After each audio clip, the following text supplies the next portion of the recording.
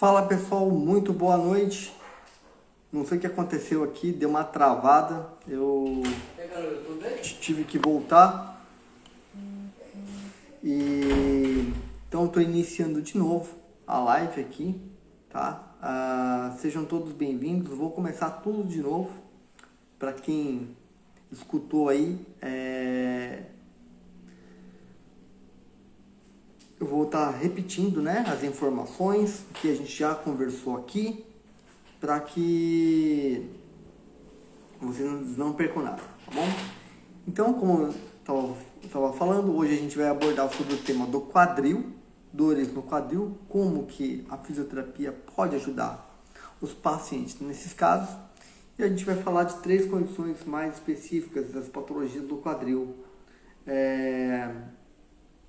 que são o impacto femoroacetabular, as tendinites do quadril, a tendinite glútea e a osteoartrose do quadril. Então, pessoal, desculpa, acabei voltando. Bárbara, tudo bem? Boa noite. Quem puder encaminhar essa live para algum amigo, algum colega, sejam todos bem-vindos. Então, o tema que a gente vai falar aqui é do quadril. O ISC Pereira já estava aqui, mas eu vou repetir novamente tudo que eu vinha falando, porque o Instagram aqui resolveu nos dar uma bugada e aí eu vou recomeçar a live, tá bom, pessoal? Então, para a gente entender, a primeira condição mais frequente das dores no quadril é chamado ISAC. Que é ISAC? As dores no quadril é chamado impacto femoroacetabular. E por que tem esse nome? Porque o impacto femoroacetabular ele acontece por 2 estruturas. Nós temos uma estrutura no quadril chamada acetábulo, que é como se fosse uma cavidade, e nós temos a cabeça do fêmur.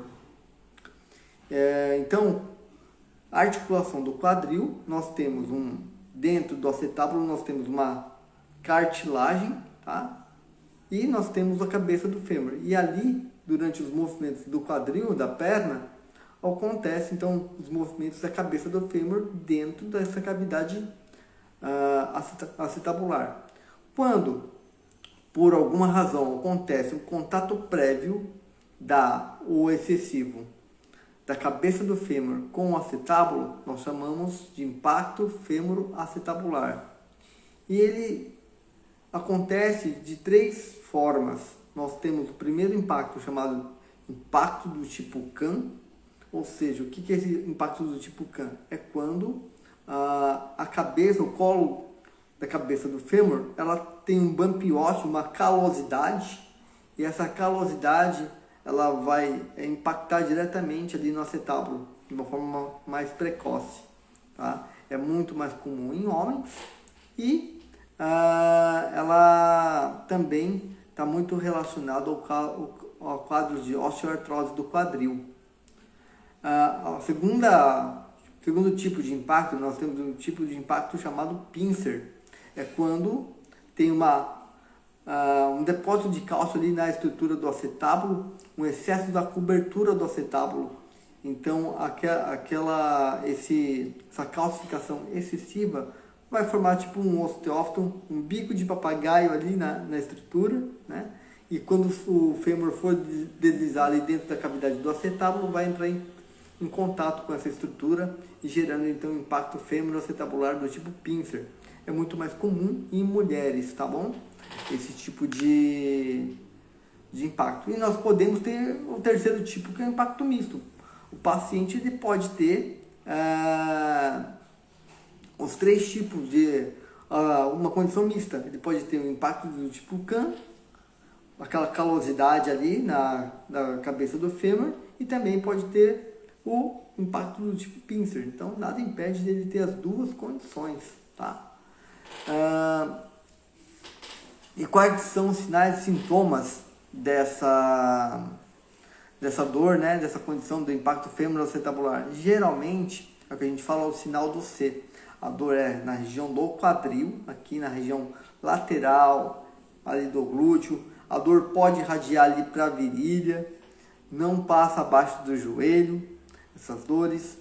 E então o paciente ele consegue delimitar muito bem, que a gente fala que é o sinal do C. Ele abraça com a mão aqui ó, na região da cintura, pega na parte de trás, na lateral e da frente do quadril. Então o paciente ele pode apresentar essas dores, que nós chamamos então sinal do C. E o paciente ele vai ter perda de movimento para dobrar a perna para frente, para rodar a perna para dentro, rodar a perna para fora. Então quando ele tem essa dor, né, do sinal do C, associado à perda de movimento do quadril para flexão, para rotação interna, rotação externa, esse paciente ele pode ter então um impacto femoroacetabular. E o que leva? Só consigo identificar com a palpação. Isaac, não, a palpação você vai identificar outras estruturas, por exemplo, uma tendinopatia glútea, tá? Você pode identificar por palpar os tendões ali, né? Você pode identificar essas estruturas que ficam mais sensíveis ali, tanto no paciente com uma osteoartrose do quadril, como uma tendinite glútea. Esse paciente ele vai ter pontos dolorosos ali na região do glúteo, na região lateral e posterior do quadril. Os sinais foi como eu falei, esse sinal do C, você vai palpar as regiões ali na lateral interior do quadril, parte posterior também, e você vai ter dor ao fazer os movimentos natural do quadril, para dobrar a perna para frente, abrir a perna para o lado, cruzar a perna. Então o paciente ele começa a ter dor de limitação nesses movimentos. Então basicamente essa é a condição clínica mais comum quando o paciente tem uma alteração no quadril, tá? Outros fatores que podem contribuir, né, como causas, digamos assim, dessas dores no quadril, traumas, né, processos degenerativos avançados, o próprio impacto femoroacetabular ou displasia do quadril, quando o paciente ele tem uma alteração na formação ali da cavidade acetabular, ela pode ser um pouco mais rasa ou mais funda. Isso vai gerar um impacto femoroacetabular, uma alteração no quadril. E muitas das vezes os pacientes com dor no quadril podem ter interferência da lombar.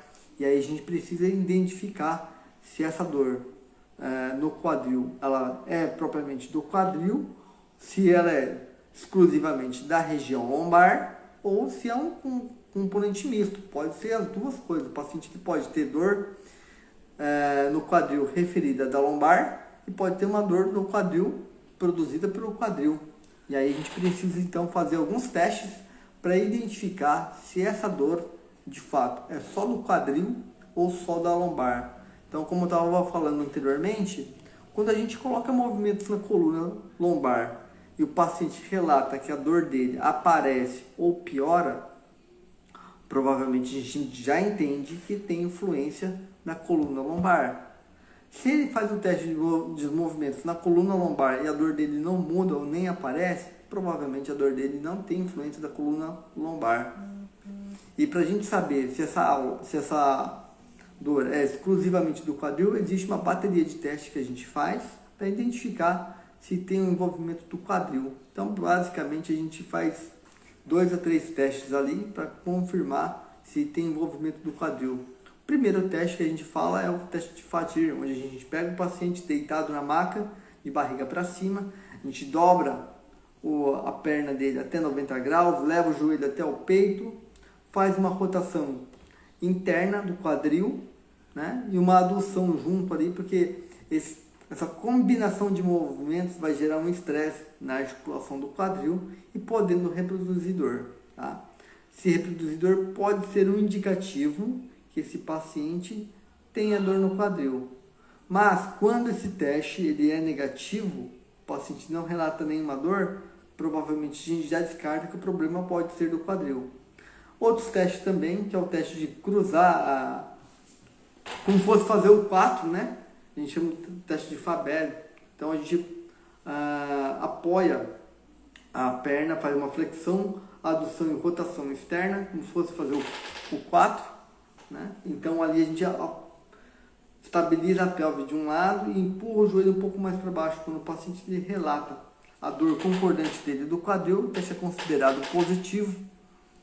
Um outro teste também que pode ser feito é um teste que a gente fala de Trendelenburg, onde o paciente ele fica em apoio unipodal, ele fica só apoiado na perna que dói, e aí ele vai sentir a dor na perna, ele vai sentir a pelve para o outro lado caindo, né? Então ele vai ficar meio penso assim.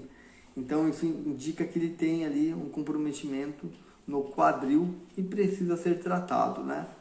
Mas então, Kellerman, como que a gente diferencia, no caso desses pacientes, que tem o próprio impacto, que pode ter uma artrose no quadril? Como é que eu diferencio se o paciente tem uma artrose no quadril? Por exemplo, o paciente que tem uma artrose no quadril, ele já vai ter uma idade um pouco mais avançada, acima dos seus 50 anos ali, e ele vai ter perda de movimento, né? Vai ter uma rigidez articular no quadril. Então ele vai dobrar a perna para frente, vai estar mais difícil, né? Por exemplo, para calçar a meia, calçar o sapato, né? Ele vai ter um pouco mais de dificuldade, vai sentir um pouco de dor. Para cruzar a perna, ele não consegue cruzar a perna, fica travado ali o movimento, né? Então, nesse teste, quando a gente faz o teste de movimento, a gente sente uma rigidez no final do movimento desse paciente. Geralmente a dor é produzida no final do movimento. E aí, quando esse paciente, então, ele apresenta uma dor consistente, com a descarga de peso, né, ali no apoio unipodal, mais restrição de movimento, em todos os movimentos do quadril para abrir a perna, ele vai ter uma abertura na perna menor, ele vai ter um comprimento do passo também menor. Então isso é indicativo que o paciente pode ter um quadro de osteoartrose no quadril. Agora, por exemplo, como que eu diferencio isso de uma tendinopatia glútea, por exemplo? Se eu coloco o paciente em pé, em apoio numa perna só, ele relata dor, essa dor pode ser do quadril, da própria condição articular de uma osteoartrose, e também pode ser de uma tendinopatia do glúteo. Como que eu sei isso? Então eu vou deitar o paciente de lado e vou pedir para ele abrir a perna e vou dar uma resistência na perna dele. Quando ele faz a força para abrir a perna e ao ele fazer esse movimento de abrir a perna uma resistência, vai ativar a musculatura do glúteo, vai estressar mais os tendões ali e ele vai se relatar dor. Então isso indica que o paciente pode ter um componente de tendinopatia do glúteo, tá? Então o tratamento diferencia um pouquinho do um e do outro em termos de tempo de tratamento, né? Por exemplo, num quadro de osteoartrose um pouco mais severo, demora mais tempo para melhorar, em torno de aí 6 meses, 1 ano. Já num paciente que tem uma tendinopatia, o tratamento pode ser em torno de 3, 4 meses. Então, o que vai mudar é o tempo de tratamento, tá? E basicamente, como que funciona o tratamento, o que é feito na fisioterapia para ajudar esses pacientes? Muitos pacientes ficam ali refém de medicações, tomando remédio analgésicos para poder melhorar da dor, sabendo que existem, né, tratamentos que não necessariamente você vai precisar da medicação, onde o principal objetivo do tratamento do paciente com dor no quadril é melhora da dor e recuperação da função. E basicamente o tratamento o padrão ouro é com exercícios que vão trabalhar ou exigir muito da musculatura do glúteo, porque o complexo da musculatura do glúteo é que vai dar suporte para toda a articulação do quadril. Então, quando você tem um condicionamento da musculatura do glúteo mais preparado, a sobrecarga na região do quadril ela é menor, porque você tem um reforço muscular ali, mais tendinho, preparado, condicionado para suportar as cargas do dia a dia, como agachar, subir, descer escadas, correr, À medida que quando você tem uma dor no quadril e você não trata, essa dor ela tende a te limitar mais, porque ela vai gerar o próprio processo da dor, ela vai gerar uma inibição da ativação dessa musculatura. Ou seja, essa musculatura, por conta da dor, ela vai perder a capacidade de contração, ou seja, ela vai suportar cada vez menos a sobrecarga do seu dia a dia. E quando você joga a carga na perna ou no quadril que está sensível, a dor aumenta e você vai perdendo função, vai ter mais dificuldade para caminhar, dificuldade para agachar e tudo mais. Mas por isso que é muito importante, então, o tratamento o quanto antes para essas condições. E o tratamento ele se baseia em exercícios, né? Quais exercícios, Kellerman? Exercícios de condicionamento para a musculatura do glúteo, né? Principalmente. Também tem estudos mostrando que trabalhar músculo dos glúteos mais musculatura do tronco também pode ajudar nesses casos, né? Estudos já têm mostrado que os pacientes que têm dor no quadril, que não fazem nada, comparado com aqueles pacientes que fizeram exercícios, o grupo que fez exercício apresentou melhores resultados na melhora da dor e na melhora da função dos pacientes com dor no quadril, tá? Outra coisa que é muito comum de a gente ver são os pacientes receberem tratamentos totalmente passivos. O que é um tratamento passivo? É aquele tratamento que você só deita na maca e recebe, onde o paciente então vai receber ali um choquinho, um calorzinho, uma massagem, né? Isso não é tratamento para dor no quadril. O exercício, o melhor tratamento tem que ser ativo, o exercício tem que fazer parte. Mas lembrando que em casos muito agudos, a terapia manual ela é efetiva nesses casos, pode ser usado, mas sempre em combinação com o exercício, nunca de uma forma isolada. Então, muitos pacientes que eu vejo no meu dia a dia, que já passaram por diversos serviços de fisioterapia, com dor no quadril, que fizeram só terapia passiva, 10, 20, 30, 40 sessões e não melhoram.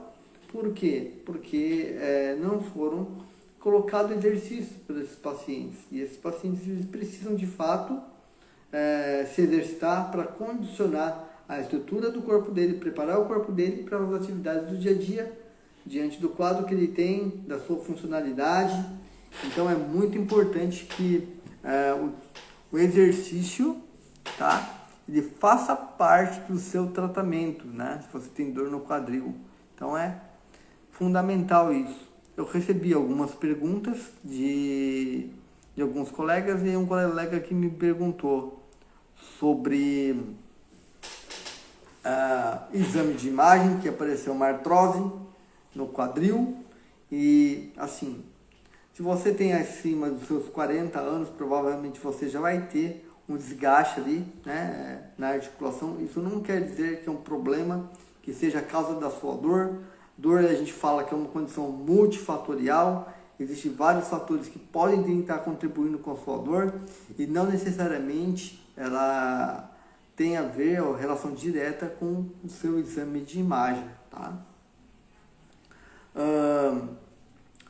Kellerman, apareceu aqui uma alteração no ligamento redondo, tá? Da cabeça do fêmur. O que acontece? Tem uma estrutura chamada ligamento redondo, né?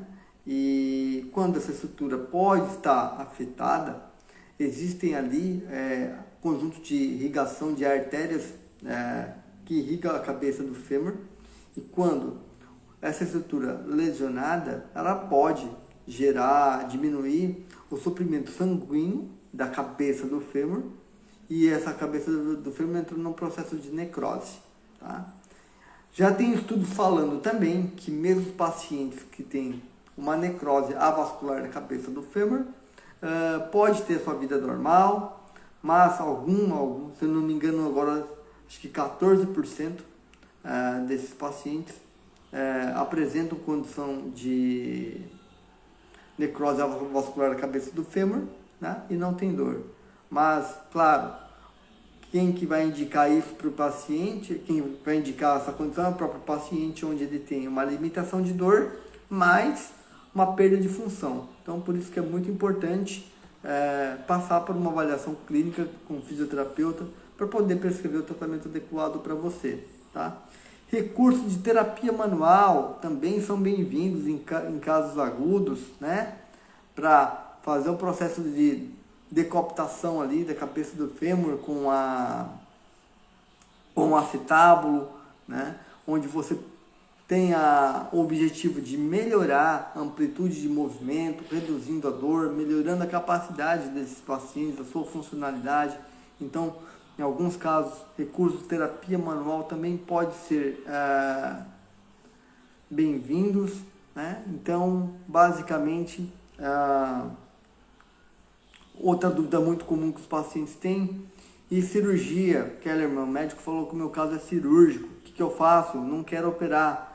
Então, mais uma vez, você deve sim procurar o serviço de fisioterapia, porque mesmo que seu caso tenha indicação cirúrgica, para ter indicação cirúrgica, nós na fisioterapia podemos nos basear, primeiro, nos sintomas do paciente. Se ele tiver uma intensidade de dor alta elevada, em torno de uma condição de 7 a 10 pontos, numa escala de 7 a 10, numa escala de 0 a 10, então se ele tiver uma incapacidade de dor muito alta, uma incapacidade funcional muito alta, e essa dor não melhora com nada, esse paciente pode ser indicado para um quadro de cirurgia, tá?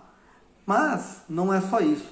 Existem critérios ou questionários funcionais onde a gente mensura ali a funcionalidade desses pacientes, onde através da história clínica do paciente, as queixas dele e a pontuação dos questionários, nós podemos decidir se esse paciente pode responder bem ao tratamento conservador ou não, ou ir para uma cirurgia.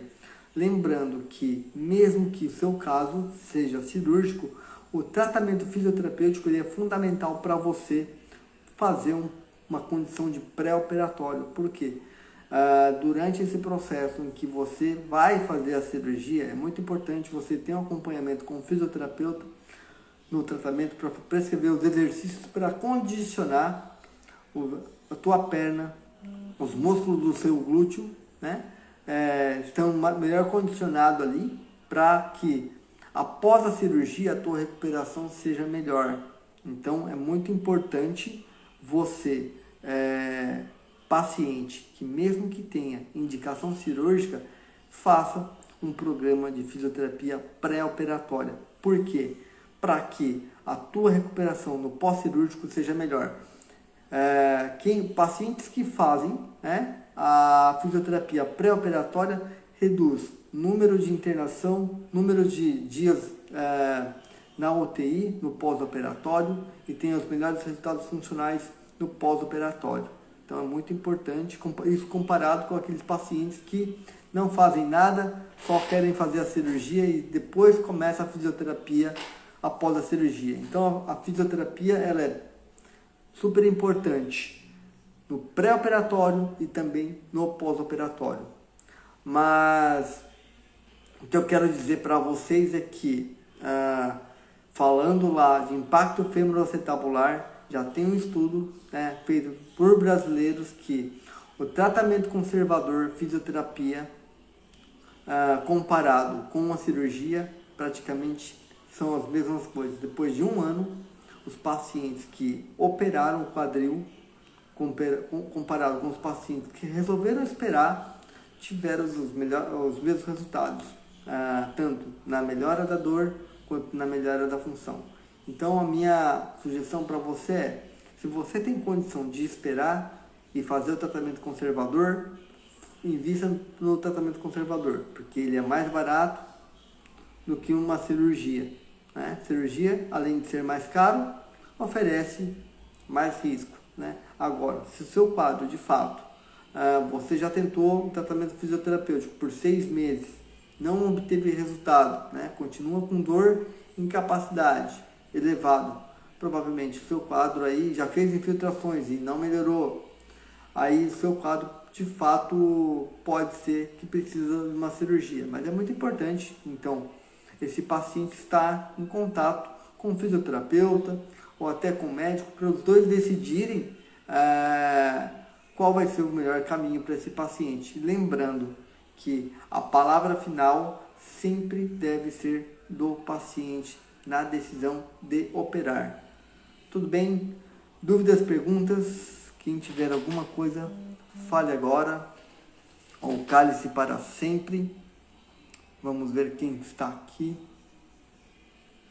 Isaac, valeu pela presença.